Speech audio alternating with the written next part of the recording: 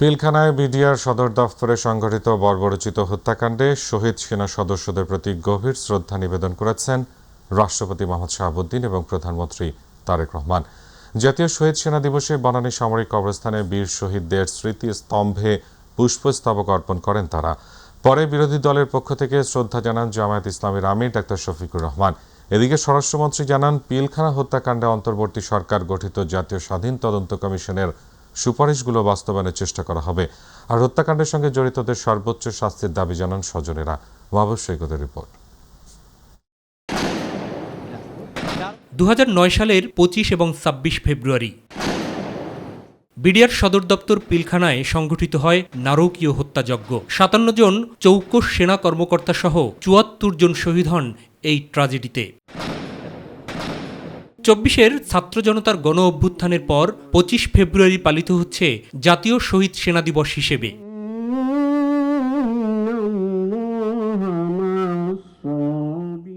দিবসটি উপলক্ষে সকালে বনানীর সামরিক গোরস্থানে শহীদের স্মৃতির প্রতি শ্রদ্ধা নিবেদন করেন রাষ্ট্রপতি মোহাম্মদ শাহাবুদ্দিন এবং প্রধানমন্ত্রী তারেক রহমান।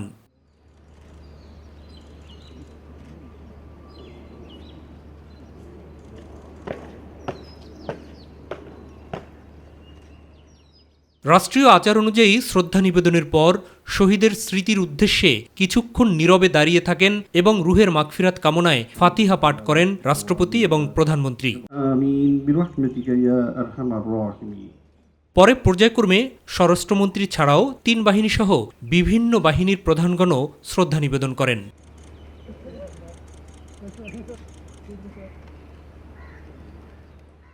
শহীদের স্মৃতির প্রতি শ্রদ্ধা নিবেদন শেষে 17 বছর আগে সংঘটিত এই হত্যাকাণ্ডের বিচার প্রক্রিয়া নিয়ে কথা বলেন স্বরাষ্ট্রমন্ত্রী সালাউদ্দিন আহমেদ। পিলখানা হত্যাকাণ্ডের যথাযথ বিচার করা হবে এবং ন্যায় বিচার নিশ্চিত করা হবে, যাতে এই জাতীয় কোনো ঘটনা আমাদেরকে জাতীয় জীবনে আর না দেখতে হয় ভবিষ্যতে। স্বাধীন তদন্ত কমিশনের রিপোর্টটা ধাপে ধাপে বাস্তবায়ন করব ইনশাআল্লাহ। সরকারি দল বিএনপির পক্ষ থেকে মহাসচিব ও স্থানীয় সরকার মন্ত্রী মির্জা ফখরুল ইসলাম আলমগীর এবং বিরোধী দলীয় নেতা জামায়াতের আমির ডাক্তার শফিকুর রহমানও শ্রদ্ধা নিবেদন ও ফাতিহা পাঠ করেন শহীদ সেনাদের মাগফিরাত কামনায়। প্রতিহিংসা পরায়ণ হয়ে বিচারের নামে যা করা হয় তা ঠান্ডা মাথার হত্যাকাণ্ড হয় অথবা শাস্তি দেওয়া হয়। আমরা ওটা চাই না। আমরা চাই ন্যায় বিচারটাই নিশ্চিত হোক। কেউ নির্দোষ হলে নির্দোষ হয়ে যাবে বিচারের মাধ্যমে, আর যারা সত্যিকারের দোষী তারা যেন তাদের পাওনাটা পায়, তাদের শাস্তিটা পায়। আমরা আশা করি সরকার তাদের দায়িত্ব সঠিকভাবে পালন করবে। এই দিনটি আমাদের জাতির জন্য অত্যন্ত লজ্জার এবং কলঙ্কজনক একটি অধ্যায় বলে আমরা মনে করি। এই দিনটিকে আমরা সবচেয়ে কলঙ্কজনক এই জন্য মনে করি যে এই দিনে যে চক্রান্ত হয়েছিল, যে প্রচেষ্টা হয়েছিল যে বাংলাদেশের পুরো যে নিরাপত্তা ব্যবস্থা, সেই ব্যবস্থাকে ভেঙে দেওয়ার একটা গভীর চক্রান্ত হয়েছিল। এদিকে ভোর থেকেই স্বজনের গোর জিয়ারতে আসেন শহীদ পরিবারের সদস্যগণ।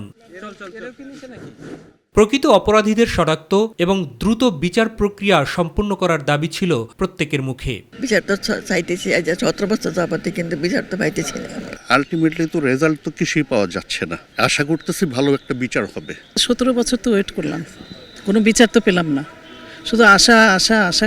একটু মনে হয় আমাদের আশার সঞ্চার আমরা হয়েছি যে কিছু হয়তো পেতে পারি বিচারটা। কেবলমাত্র শহীদদের আত্মার শান্তির জন্যই নয়, দেশকে যেন আর কখনোই এমন কলঙ্কজনক অধ্যায়ের সাক্ষী হতে না হয়, সেজন্য হলেও পিলখানা ট্র্যাজেডির পেছনের কুশীলবদের বের করে শাস্তি নিশ্চিত করা জরুরি বলে মনে করেন শহীদ পরিবারের সদস্য এবং গোটা দেশবাসী। মাহবুব সৈকত, মাই টিভি, বনানী সামরিক কবরস্থান, ঢাকা। পিলখানা হত্যাকাণ্ড দেশের সার্বভৌমত্ব নষ্ট করার অপপ্রয়াস এবং এতে জাতীয় নিরাপত্তার দুর্বলতা ফুটে উঠেছে বলে মন্তব্য করেছেন প্রধানমন্ত্রী তারেক রহমান। তিনি বলেন, দেশের নিরাপত্তা আরও আধুনিক ও শক্তিশালী করবে সরকার। ঢাকা সেনানিবাসে শহীদ সেনা দিবসের মতবিনিময় সভায় তিনি এসব কথা বলেন। স্বাধীন তদন্ত কমিশনের রিপোর্ট অনুযায়ী পিলখানা হত্যাকাণ্ডের সাথে জড়িত থাকার অভিযোগে সংগঠন হিসেবে আওয়ামী লীগ এবং জড়িত শীর্ষ নেতাদের বিচারের আওতায় আনার কথা জানিয়েছেন স্বরাষ্ট্রমন্ত্রী। মাহবুব সৈকতের আরও একটি রিপোর্ট। শহীদ সেনা দিবস উপলক্ষে সশস্ত্র বাহিনীর আয়োজনে ঢাকা সেনানিবাসের মাল্টিপারপাস হলে শহীদ পরিবারের সাথে মতবিনিময় সভায় সপরিবারে যোগদান প্রধানমন্ত্রী তারেক রহমান। তার প্রতি আমরা গভীরভাবে কৃতজ্ঞ। 2009 সালে সংঘটিত এই হত্যাকাণ্ডের পর থেকে গেল 17 বছরে শহীদ পরিবারের বঞ্চনার কিছুটা অংশ প্রধানমন্ত্রীকে তুলে ধরেন শহীদের স্বজনেরা। এছাড়াও বেশ কিছু দাবিও তুলে ধরেন তারা। আমরা বলতে আমরা 57 পরিবার, বাট আমরা এটাকে একটা পরিবার বলি, শহীদ পরিবার। সেই রিপোর্টে যেই সমস্ত ব্যক্তিবর্গকে ইমপ্লিকেট করা হয়েছে, তারা সিভিলিয়ান হোক অথবা মিলিটারি হোক, তাদেরকে দ্রুত যেন বিচারের আওতায় নিয়ে আসা হয়। পিলখানার শহীদদের স্মরণ না করলে ইতিহাস ক্ষমা করবে না বলে মন্তব্য করেন প্রধানমন্ত্রী। 25শে ফেব্রুয়ারি জাতির ইতিহাসে এক রক্তাক্ত এবং বেদনা বিধুর দিন। এই দিনটি এলে প্রকৃতি যেন আবার স্মৃতি ও শোকের ভারে নীরব হয়ে যায়। 2009 সালের 25 এবং 26শে ফেব্রুয়ারি এই নির্মম ঘটনা আমাদের জাতীয় জীবনে এক গভীর ক্ষত সৃষ্টি করেছে, যার বেদনা সময় পেরিয়ে আজও বহমান। আমি বিশ্বাস করি পিলখানার ঘটনাকে রাষ্ট্রীয় মর্যাদায় স্মরণ করা আমাদের জাতীয় দায়িত্ব। 25 ও 26শে ফেব্রুয়ারি ঘটনাকে ইতিহাসে রাষ্ট্রীয় মর্যাদা না দিলে ভবিষ্যৎ প্রজন্ম আমাদেরকে হয়তো ক্ষমা করবে না। এ ঘটনা দেশের সার্বভৌমত্ব নষ্টের অপপ্রয়াস বলেও জানান তারেক রহমান। পিলখানার এই মর্মান্তিক ঘটনা ছিল আমাদের সার্বভৌমত্বকে নস্যাৎ করার একটি অপপ্রয়াস। পিলখানার ঘটনার পরিক্রমায় আমাদের জাতীয় নিরাপত্তার কাঠামোর দুর্বলতা ফুটে উঠেছে। তাই বহির্বিশ্বের সাথে তাল মিলিয়ে আমাদের জাতীয় নিরাপত্তার কাঠামোকে আরও আধুনিক, সময় উপযোগী এবং শক্তিশালী করা প্রয়োজন অবশ্যই। পিলখানা হত্যাকাণ্ডের কুশীলব কারা তা উদ্ঘাটনে অন্তর্বর্তী সরকারের সময়ে গঠিত স্বাধীন তদন্ত কমিশনের রিপোর্টের কিছু অংশ তুলে ধরেন স্বরাষ্ট্রমন্ত্রী সালাউদ্দিন আহমেদ। রাজনৈতিক সংগঠন হিসেবে আওয়ামী লীগের শীর্ষ নেতৃত্বরাই এই ষড়যন্ত্রের সাথে লিপ্ত ছিল। কমিশনের রিপোর্ট দেশের স্বাধীনতা ও সার্বভৌমত্ব বিরোধী এহেন কাজের জন্য দল হিসেবে আওয়ামী লীগের বিরুদ্ধে আইনানুগ ব্যবস্থা গ্রহণ করতে হবে। হত্যাকারীদের সমর্থনে মিছিল করা থেকে শুরু করে তাদের খাদ্য সরবরাহ করা এবং পালানোর কাজে সহায়তাকারী আওয়ামী লীগের কর্মীবৃন্দ সবাই ষড়যন্ত্রকারী ও হত্যাকারীদের পরিকল্পনা বাস্তবায়নে সকল প্রকার সহায়তা প্রদান করেছে। তাদের বিরুদ্ধে আইনানুগ ব্যবস্থা গ্রহণ করার সুপারিশ করা হলো। এইখানে যে সুপারিশটা করা হয়েছে, এই জন্য তদন্ত রিপোর্টের প্রেক্ষিতে কমিশনের রিপোর্টটা আমরা বাস্তবায়ন করব ইনশাআল্লাহ। এর আগে বক্তব্যে শহীদ পরিবারের পাশে থাকার কথা জানান সেনা প্রধান জেনারেল ওয়াকারুজ্জামান। আমাদের জাতীয় জীবনে যেন 2009 সালের 25 ফেব্রুয়ারির মতো কোনো ঘটনা পুনরাবৃত্তি না হয়। অনুষ্ঠানে 3 বাহিনী প্রধান ও বিজিবি মহাপরিচালক ছাড়াও বাহিনীগুলোর ঊর্ধ্বতন কর্মকর্তারা উপস্থিত ছিলেন। মাহবুব সৈকত, মাইটিভি, ঢাকা। জুলাই বিপ্লবে হতাহত বঞ্চিত যোদ্ধাদের পুনর্বাসনে উদ্যোগ নিতে নির্দেশ দিয়েছেন প্রধানমন্ত্রী তারেক রহমান। এছাড়া বাংলাদেশ বেতার ও টেলিভিশনকে জনগণের কল্যাণে নিবেদিত করতে উদ্যোগ নেওয়ার পরামর্শ দিয়েছেন প্রধানমন্ত্রী। সচিবালয়ে প্রধানমন্ত্রী তারেক রহমানের সাথে সংশ্লিষ্ট মন্ত্রণালয়ের মন্ত্রী ও প্রতিমন্ত্রীরা সাক্ষাৎ শেষে তারা এসব কথা জানান। ইউসুফ আলী রিপোর্ট। প্রধানমন্ত্রী তারেক রহমান সচিবালয়ে নিজ কার্যালয়ে পৌঁছালে সাক্ষাৎ করতে যান মুক্তিযুদ্ধ বিষয়ক মন্ত্রণালয়ের প্রতিমন্ত্রী ইঞ্জিনিয়ার ইশরাক হোসেন, স্থানীয় সরকার, পল্লী উন্নয়ন ও সমবায় প্রতিমন্ত্রী মীর শাহে আলম এবং তথ্য ও সম্প্রচার মন্ত্রী জহিরুদ্দিন স্বপন। বৈঠক শেষে মুক্তিযুদ্ধ বিষয়ক মন্ত্রণালয়ের প্রতিমন্ত্রী ইঞ্জিনিয়ার ইশরাক হোসেন জানান, যাদের সাহসিকতা ও ত্যাগের বিনিময়ে দেশ ফ্যাসিবাদ মুক্ত হয়েছে তাদের খুঁজে বের করে পুনর্বাসন করার নির্দেশ দিয়েছেন প্রধানমন্ত্রী তারেক রহমান। আমাদের কাছে কোনো রাজনৈতিক দলীয় পরিচয় বিবেচনাধীন হবে না। যারাই আহত, যারাই শহীদ, যারাই বিগত এই আন্দোলনে তাদের আত্মত্যাগ করেছেন তাদেরকে পুনর্বাসন করা, তাদের চিকিৎসা নিশ্চিত করা এবং শহীদ পরিবারদের পুনর্বাসন করা, তাদের যে প্রাপ্য ভাতা এগুলো যাতে সঠিকভাবে তারা পায় সেটি নিশ্চিত করার জন্য আমরা কাজ করে যাব। তথ্য ও সম্প্রচার মন্ত্রী জহিরুদ্দিন স্বপন বলেন, প্রধানমন্ত্রী সরকারি গণমাধ্যমগুলোকে জনগণের কাছে প্রিয় ও আধুনিকায়ন করতে প্রয়োজনীয় উদ্যোগ নিতে পরামর্শ দিয়েছেন। মাননীয় প্রধানমন্ত্রীর সঙ্গে আমাদের মন্ত্রণালয়ের কাজের পরিকল্পনা এবং অগ্রগতি নিয়ে আজকে মত বিনিময় করেছি। উনি দীর্ঘক্ষণ সময় নিয়ে আমাদের কথা শুনেছেন, বিশেষ করে বিটিভি এবং বাংলাদেশ বেতারকে কিভাবে আমরা জনগণের কাজে লাগাতে পারি সে বিষয়ে উনি দীর্ঘক্ষণ কথা বলেছেন। বাংলাদেশের তরুণ প্রজন্মের জন্য মূল্যবোধ গড়ার কাজে আমাদের সরকারের অধীনস্থ সমস্ত প্রচার মাধ্যমকে আমরা কিভাবে কাজে লাগাতে পারি এবং একই সঙ্গে সোশ্যাল মিডিয়াকেও আমরা কিভাবে কাজে লাগাতে পারি, আমরা এই ধরনের একটা দিক নির্দেশনার মধ্যে আজকের আলোচনা সীমাবদ্ধ ছিল। আমরা সেই অনুযায়ী একটা প্রস্তাবনা তৈরি করে ভবিষ্যতে আবার কথা বলবো। পরে নবনিযুক্ত পুলিশের আইজি আলী হোসেন ফকিরকে র্যাঙ্ক বেজ পরিয়ে দেন প্রধানমন্ত্রী তারেক রহমান। ইউসুফ আলী, মাই টিভি, ঢাকা। দলীয় ইফতার মাহফিলে প্রধানমন্ত্রী তারেক রহমানকে দাওয়াত দিয়েছে জামায়াতে ইসলামী। আগামী শনিবার রাজধানীর বাংলাদেশ চীন মৈত্রী সম্মেলন কেন্দ্রে হবে এই ইফতার আয়োজন। জামায়াতের সেক্রেটারি জেনারেল মিয়া গোলাম পরওয়ার সকালে সচিবালয়ে প্রধানমন্ত্রীর সঙ্গে দেখা করে দাওয়াত দেন। পরে জামায়াতের জ্যেষ্ঠ নেতা জানান, প্রধানমন্ত্রী এই ইফতার মাহফিলে থাকার বিষয়ে আগ্রহ প্রকাশ করেছেন। গণতান্ত্রিক ধারা সমন্বিত রাখতে বিরোধী দল হিসেবে জামায়াত যথাযথ ভূমিকা রাখতে চায় বলেও জানিয়েছেন দলের সেক্রেটারি জেনারেল।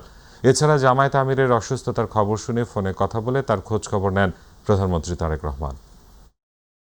পারস্পরিক আলোচনা হলো এবং উনি আমাদের সম্মানিত আমির ডক্টর শফিকুর রহমানের সাময়িক অসুস্থতার খবর পেয়ে ওনার কুশল জিজ্ঞেস করলেন এবং একটু ফোনে আলাপ করার আগ্রহ ব্যক্ত করে সাথে সাথেই তিনি আমার টেলিফোনে উনি আমির জামাতের সঙ্গে কুশল বিনিময় করলেন। পরস্পর কুশল বিনিময়, সালাম বিনিময় হলো, এটাই মূল। আর এমনি আমরা সরকার গঠনের পর ফরমালি আজ জামাত ইসলামীর পক্ষ থেকে সাংগঠনিকভাবে তার সঙ্গে প্রথম অফিসিয়ালি সাক্ষাৎ আমাদের ইফতার অনুষ্ঠানের দাওয়াত উপলক্ষে। সে কারণে দেশের মানুষের প্রত্যাশা অনুযায়ী যেন শান্তিপূর্ণভাবে পরিচালিত হতে পারে, সেক্ষেত্রে উনিও সরকারের আকাঙ্ক্ষার কথা, ইচ্ছার কথা, প্রচেষ্টার কথা তুলে ধরলেন এবং নতুন দায়িত্ব পালন করতে গিয়ে উনি যে পরিবেশের সাথে পরিচিত হচ্ছেন সেটা নিয়েও কিছুটা ওনার মত বিনিময় করলেন এবং আমাদের সকলের সহযোগিতা উনি কামনা করলেন। সকল শঙ্কা ও প্রতীক্ষার অবসান কাটিয়ে আগামীকাল শুরু হতে যাচ্ছে অমর একুশে বইমেলা। বেলা 2টায় আনুষ্ঠানিকভাবে বইমেলার উদ্বোধন করবেন প্রধানমন্ত্রী তারেক রহমান। দেরিতে শুরু হলেও মেলার আমেজে কোনো কমতি রাখছেন না প্রকাশকরা। আর রোজা ও ঈদ সব মিলে এই আয়োজন জমজমাট হবে বলে আশা বাংলা একাডেমির। বইমেলার শেষ মুহূর্তের প্রস্তুতি নিয়ে আরও থাকছে সাদিয়া হক মৌয়ের প্রতিবেদনে। হাতুড়ি আর পেরেকের শব্দে মুখরিত বাংলা একাডেমি এবং সোহরাওয়ার্দী উদ্যান প্রাঙ্গণ। 26 ফেব্রুয়ারি থেকে 15 মার্চ পর্যন্ত এই বইমেলায় এবার মোট প্রকাশনী প্রতিষ্ঠান থাকবে 549টি। এর মধ্যে বাংলা একাডেমি প্রাঙ্গণে 81টি এবং সোহরাওয়ার্দী উদ্যানের অংশে থাকছে 468টি প্রকাশনী প্রতিষ্ঠান। আশা করি যে প্রতিবার যেভাবে পাঠকের সমারোহ হয় বইমেলা ঘিরে, এবারও তেমনই থাকবে। ঈদের কেনাকাটার পাশাপাশি বইমেলাতেও আসবে এবং কিছু বই কিনবে এই আশা রাখছি। রঙের তুলিতে কেউ কেউ সাজাচ্ছেন স্টল। কারিগররা কাজের ফাঁকে বলেন, কাল দুপুরের মধ্যেই সকল স্টল নির্মাণের কাজ সম্পূর্ণ হয়ে যাবে। আজকে আপনার 95% কাজ আশা করি ইনশাল্লাহ হয়ে যাবে, আর 5% যেটা আছে কালকে 12টা-1টার মধ্যে সব শেষ হয়ে যাবে। আজকের ভিতরে আল্লাহ দিলে শেষ হয়ে যাবে, এর আমাদের চিন্তা ভাবনা আমরা শেষ করব। নির্বাচন এবং রমজান উপলক্ষে বইমেলার দিন তারিখ পরিবর্তন হয়েছে। ছুটির দিন ব্যতীত বইমেলা খোলা থাকবে দুপুর 2টা থেকে রাত 9টা পর্যন্ত। এদিকে এবারে বইমেলায় থাকছে না কোনো প্যাভিলিয়ন এবং সরকারের পক্ষ থেকে প্রকাশকদের জন্য স্টল ফি সম্পূর্ণ মওকুফ করা হয়েছে। বাংলা একাডেমি ও অন্যান্য প্রতিষ্ঠান এবার বই বিক্রি করবেন 25% কমিশনে। চলছে বইমেলার প্রস্তুতির শেষ কার্যক্রম। নানা জল্পনা কল্পনা পেরিয়ে 26 ফেব্রুয়ারি অনুষ্ঠিত হতে যাচ্ছে অমর একুশে বইমেলা। সংশ্লিষ্টদের প্রত্যাশা, হাজারো বাধা পেরিয়ে বইপ্রেমীদের অংশগ্রহণে মুখর হয়ে উঠবে এবারের অমর একুশে বইমেলা। সাদিয়া হক মৌ, মাই টিভি, ঢাকা। বইমেলায় মবের কোনো আশঙ্কা নেই, তবুও প্রস্তুতি রাখবো বলে জানিয়েছেন ঢাকা মেট্রোপলিটন পুলিশের অতিরিক্ত কমিশনার মোহাম্মদ সরওয়ার। সকালে সোহরাওয়ার্দী উদ্যানে বইমেলার নিরাপত্তা উপলক্ষে এক সংবাদ সম্মেলনে মন্তব্য করেন তিনি সাংবাদিকদের জানান, বাংলা একাডেমির প্রাঙ্গণ সহ আশপাশের এলাকায় বাংলা একাডেমি এই বইমেলার আয়োজন করছে। প্রতিবারের মতো এবারও বইমেলাকে ঘিরে সার্বিক নিরাপত্তা পরিকল্পনা নেওয়া হয়েছে। মেলা প্রাঙ্গণে স্থাপিত পুলিশ কন্ট্রোল রুম থেকে 24 ঘন্টা নিরাপত্তা ব্যবস্থা সার্বক্ষণিক মনিটরিং করা হবে। রাতে কন্ট্রোল রুমের নিরাপত্তা ব্যবস্থা তদারকিতে থাকবেন। বইমেলা সার্বিক নিরাপত্তায় পর্যাপ্ত পুলিশ সদস্য নিয়োজিত থাকবে। ইউনিফর্ম পুলিশের পাশাপাশি সাদা পোশাকে পুলিশের বিশেষ টিম মোতায়েন থাকবে।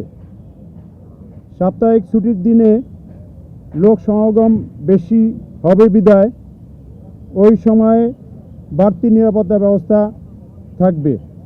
বইমেলা প্রাঙ্গণ কেন্দ্রিক ফুড পেট্রোল ব্যবস্থা এবং মুক্ত মঞ্চ কেন্দ্রিক বিশেষ নিরাপত্তা ব্যবস্থাও থাকবে।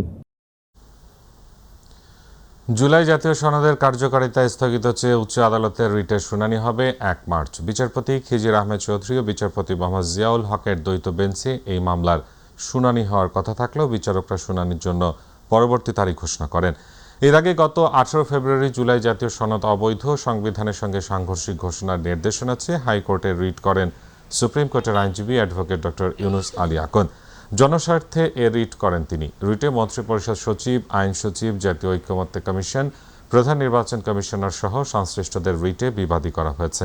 আগামী সপ্তাহে বিচারপতি রাজিক আল জলিলের নেতৃত্বাধীন হাইকোর্ট বেঞ্চে রিট আবেদনটির উপর শুনানি হতে পারে বলে জানান আইনজীবী।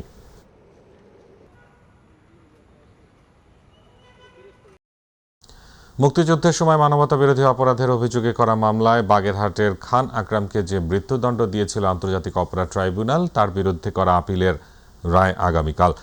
আজ প্রধান বিচারপতির নেতৃত্বাধীন আপিল বিভাগ শুনানি শেষে রায় এদিন ঠিক করেন। এ মামলায় ট্রাইব্যুনাল 7 আসামিকে মৃত্যুদণ্ড দিয়েছিল। পলাতক রয়েছেন 4 জন। 2023 সালের 30 নভেম্বর তাদের সাজা দিয়েছিল ট্রাইব্যুনাল। আসামিদের বিরুদ্ধে মোট 7টি অভিযোগ আনা হয়। 2017 সালের 31 মে আসামিদের বিরুদ্ধে আনা অভিযোগ আমলে নেওয়া হয়। পরে অভিযোগ গঠনের মাধ্যমে বিচার শুরু হয়। এদিকে র্যাবের TFI-সেলে গুম নির্যাতনের মামলায় শেখ হাসিনা ও সেনা কর্মকর্তা সহ 17 জনের বিরুদ্ধে সাক্ষ্য গ্রহণের পরবর্তী তারিখ 3 মার্চ।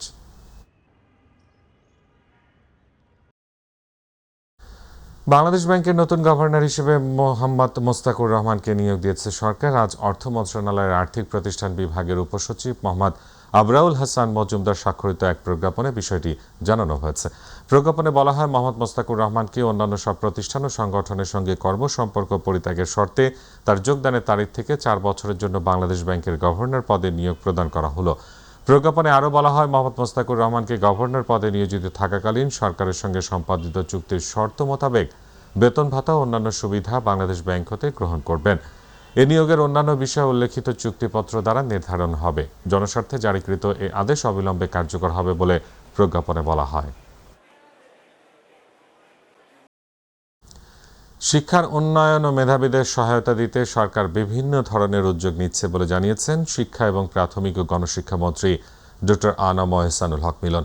দুপুর 1টায় শিক্ষা মন্ত্রণালয়ের সভাকক্ষে আয়োজিত অনুষ্ঠানে জুনিয়র বৃত্তি পরীক্ষার ফল ঘোষণা করে তিনি একথা বলেন। এবারের পরীক্ষায় ট্যালেন্ট পুল ও সাধারণ এই 2 গ্রেডে মোট 45,200 শিক্ষার্থী বৃত্তি পাচ্ছে।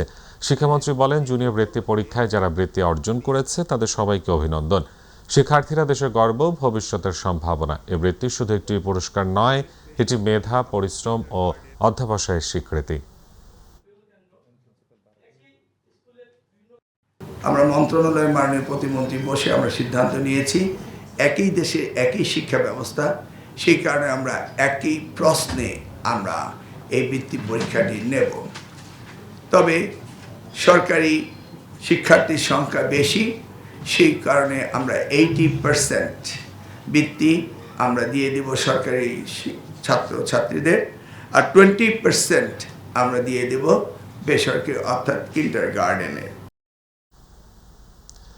মার্কিন যুক্তরাষ্ট্রের সঙ্গে ট্যারিফ ইস্যু এখনও বিকাশমান বলে জানিয়েছেন বাণিজ্যমন্ত্রী খন্দকার আব্দুল মুক্তাদির। সচিবালয়ে তিনি বলেন, যুক্তরাষ্ট্র নতুন করে সব দেশের জন্য 15% ট্যারিফ আরোপের ঘোষণা দিয়েছে বলে শোনা গেলেও এ বিষয়ে এখনও কোনো লিখিত সিদ্ধান্ত পাওয়া যায়নি। অন্তর্বর্তী সরকারের সময় যুক্তরাষ্ট্রের সঙ্গে হওয়া চুক্তির ধারা উপধারার পর্যালোচনা করে করণীয় ঠিক করা হবে। ইউএস গভর্নমেন্ট সেকশন 122-এর অধীনে প্রথমে 10, তারপরে ইউনিভার্সাল সবার জন্য, এটা বাংলাদেশের জন্য না, সব দেশের জন্যই 15% টেরিফ ঘোষণা করেছে। আমাদের কাছে সরকারি পর্যায়ে কোনো ক্লারিফিকেশন আসেনি বা কোনো ইন রাইটিং কিছু আসেনি। তো সিনারিওটা আমি আবারও বলবো, এটা একটা বিকাশমান অবস্থান। আর মার্কিন যুক্তরাষ্ট্রের সাথে যে চুক্তিটা হয়েছে বিগত সরকার কয়েকদিন আগে করেছে, সেটি ব্যাপারে এখনো আপনাদেরকে বলার মতো আমাদের কোনো অবস্থান তৈরি হয়নি। পবিত্র রমজানের আলোয় উদ্ভাসিত সকল ধর্মপ্রাণ মুসলমানকে ভ্রাতৃত্বের বন্ধনে আবদ্ধ থাকার আহ্বান জানিয়েছেন জাতীয় মসজিদ বাইতুল মোকাররমের প্রেস ইমাম মিজানুর রহমান। ইসলামিক ফাউন্ডেশন ও বাইতুল মোকাররমের মুসল্লি কমিটি আয়োজিত ইফতার অনুষ্ঠানে তিনি আহ্বান জানান। বলেন, রমজান মানে শুধু সংযম নয়, বরং সহমর্মিতা, ভালোবাসা আর মানুষের পাশে দাঁড়ানোর অঙ্গীকার। জাহিদ আহমেদ বাবু রিপোর্ট। যান্ত্রিক কোলাহলের মাঝে একটু শান্তির পরশ পেতে জাতীয় মসজিদ বাইতুল মোকাররমের জুড়ি মেলা ভার।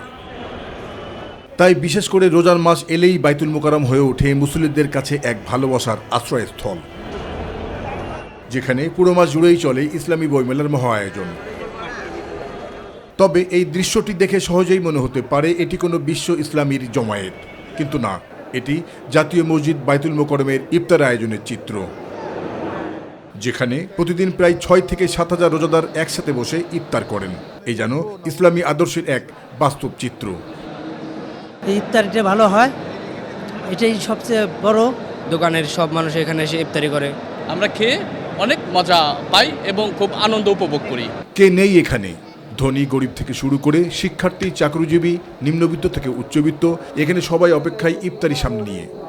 হাজার হাজার মানুষের ইফতারির জন্য ধনী গরিবের কোনো ভেদাভেদ এখানে নাই। সচিব, আমলা, বিভিন্ন রাজনৈতিক ব্যক্তিত্ব, নেতা সবাই আসে, সবাই একসাথে ইফতার করি আমরা। আর এই আয়োজনে স্বেচ্ছাসেবকদের ব্যস্ততায় পুরো বাইতুল মোকাররম যেন পরিণত হয় এক ভিন্ন আমেজে। মুসল্লি কমিটির পক্ষ থেকে তারা প্রায় 2,500 থেকে 3,000 মানুষের ইফতার আয়োজন করে থাকেন। এই এক মাসে আমরা 1 লাখ লোক ইফতার করবো, এটা আমাদের টার্গেট। সবাই যখন ইফতার করতেছে তখন আপনার মনের ভিতরে বা কি একটা অনুভূতি আসে, এটা দিয়ে আপনি অনেক কিছু বুঝতে পারবেন। কেবল রমজান মাসেই নয়, ভ্রাতৃত্বের এই বন্ধন অটুট থাকুক সারা বছরই, বললেন বাইতুল মোকাররমের প্রধান ইমাম মিজানুর রহমান। এই যে সবাই সবাইকে আপন করে নিচ্ছে, কেউ আসলেই তাড়াতাড়ি তাকে ধরে নিয়ে যে আসেন ভাই ইফতার করেন, এই যে সম্পর্কটা, এটাই কিন্তু ইসলামের বিউটি এবং এটাই সৌন্দর্য। ইসলাম বলছে যে এই সম্পর্কটা থাকবে সারা জীবন, জীবনের প্রতিটি জায়গায়, প্রতিটি ক্ষেত্রে মুসলমানের পারস্পরিক সম্পর্কটা যেন বজায় থাকে, সেটাই আমরা চাইব। এবং রমজানের এই শিক্ষাটা যেন আমরা ধারণ করতে পারি। জাহিদ আহমেদ বাবু, মাই টিভি, ঢাকা। রমজানে এবছর বাংলাদেশে ফিতরার হার জনপ্রতি সর্বনিম্ন 110 টাকা ও সর্বোচ্চ 2,805 টাকা নির্ধারণ করা হয়েছে। সকালে ইসলামিক ফাউন্ডেশন বাইতুল মোকাররম সভাকক্ষে জাতীয় সাদাকাতুল ফিতরা নির্ধারণ কমিটির সভায় এই সিদ্ধান্ত হয়। সভায় সভাপতিত্ব করেন জাতীয় সাদাকাতুল ফিতরা নির্ধারণ কমিটির সভাপতি ও বাইতুল মোকাররম জাতীয় মসজিদের খতিব মাওলানা মুফতি আব্দুল মালিক। সভায় আরও বলা হয়, এই পণ্যগুলোর স্থানীয় খুচরা বাজার মূল্যের তারতম্য রয়েছে। স্থানীয় মূল্যে পরিশোধ করলেও ফিতরা আদায় হবে। এবছর সাদকাতুল ফিতর হার নির্ধারণের জন্য ইসলামিক ফাউন্ডেশনের বিভাগীয় কার্যালয়সমূহের মাধ্যমে দেশের বিভিন্ন অঞ্চল থেকে উন্নত মানের গম, আটা, যব, খেজুর, কিশমিশ ও পনির এর খুচরা ও পাইকারি স্থানীয় বাজার দর যাচাই করে সাদকাতুল ফিতর হার নিম্নরূপ নির্ধারণ করা হলো। গম বা আটা দ্বারা সাদাকাতুল ফিতর আদায় করলে তা হবে অর্ধ সা বা 1 কেজি 650 গ্রাম। প্রতি কেজি 65 টাকা দরে সাদাকাতুল ফিতর হবে 110। ফেনীর মাটিতে দাঁড়িয়ে আছে 3 গম্বুজের এক নীরব সাক্ষী, শতাব্দী পেরোনো ঐতিহ্যের প্রতীক, অথচ আজ অবহেলার ধুলায় ঢেকে পড়া। সদরের সরস্বতীতে অবস্থিত প্রাচীন মোগল স্থাপত্য মোহাম্মদ আলী চৌধুরী মসজিদ এখন যেন সময়ের কাছে পরিত্যক্ত এক ইতিহাস। ফেনী প্রতিনিধি আমিন চৌধুরীর তথ্য চিত্রে বিস্তারিত আতিকুর রহমান দিদাসের রিপোর্টে। নরম সকালের আলো ছুঁয়ে যায় লালচে ইটের দেয়ালে, সময়ের ছাপ স্পষ্ট, তবুও মাথা উঁচু করে দাঁড়িয়ে আছে 3 গম্বুজের এই প্রাচীন মসজিদ। প্রতিটি খিলান, প্রতিটি কারুকাজ যেন বলছে বহু বছরের গল্প। মোগল আমলে নির্মিত মোহাম্মদ আলী চৌধুরী মসজিদ শুধু ইবাদতের স্থান নয়, বরং শিল্প ও আধ্যাত্মিকতার এক অনন্য মেলবন্ধন। চৌধুরী মোহাম্মদ আলী সাহেব, উনি 1100 হিজরি সনে তখনকার সময়ের সবচেয়ে সুন্দর একটা সুদর্শন মসজিদ নির্মাণ করেন। 350 বছর যাবৎ এই মসজিদটি এই ফেনী সদরের শস্যদিয়া এলাকায় ঐতিহ্য নিয়ে বহন করে আছে। রমজানের সময় চিন্তা করলাম যে এই মসজিদে একটু ঘুরে আসি, দেখেও আসি, নামাজ আদায় করে আসি। তো জোহরের নামাজ আদায় করলাম। দর্শনার্থীদের জন্য অনেক সুন্দর মসজিদ, প্রাচীনকালে অনেক মসজিদ। তার পাশে 2টা গম্বুজ আছে, একটা হচ্ছে ইমামের জন্য ছিল, আরেকটা ছিল মুয়াজ্জিনের জন্য। 1762 সালে ফৌজদার হিসেবে ফেনীতে আসেন মোহাম্মদ আলী চৌধুরী। ন্যায়পরায়ণতা ও সুশাসনের জন্য তিনি দ্রুত মানুষের হৃদয়ে জায়গা করে নেন। কিন্তু ব্রিটিশদের সঙ্গে বিরোধের জেরে 1790 সালে তাকে অপসারণ করা হয়। তবুও জনগণ ভালোবাসা আর শ্রদ্ধা থেকে তাকে বীর মুজাহিদ উপাধিতে ভূষিত করে। তার স্মৃতিকে অমর করে রাখতেই এই মসজিদের সঙ্গে জড়িয়ে যায় তার নাম, হয়ে ওঠে ইতিহাস ও আবেগের প্রতীক। মোহাম্মদ আলী চৌধুরী রহমতুল্লাহ আলাই এই মসজিদটি নির্মাণ করে গেছেন। মসজিদটি সংরক্ষণ এবং এটা রক্ষণাবেক্ষণ করা অত্যন্ত জরুরি, যাতে আমাদের পরবর্তী প্রজন্ম এই নিদর্শনটা দেখে এবং এই মসজিদে যেন ইবাদত করতে পারে। বর্তমানে শাসদি দারুল উলুম মাদ্রাসার প্রাঙ্গণে দাঁড়িয়ে থাকা এই প্রাচীন স্থাপনাটি কিছুটা জীর্ণ। দেয়ালের প্লাস্টার খসে পড়েছে, সময়ের ক্ষতচিহ্ন স্পষ্ট। তবুও ইতিহাসের গাম্ভীর্য যেন অটুট। ইতিহাসকে বাঁচিয়ে রাখতে প্রয়োজন যত্ন আর সচেতনতা। আমরা আবার যাব, আমরা ওখানে গিয়ে এটাতে যদি আরো সংস্কারের প্রয়োজন হয়ে থাকে আমরা ঢাকায় লিখে জানাবো, এবং সেভাবে সংস্কার হলে আমরা আমাদের এই ঐতিহাসিক প্রত্নতাত্ত্বিক নিদর্শনগুলো আমরা ধরে রাখতে সক্ষম হব। আতিকুর রহমান তিতাস, মাই টিভি।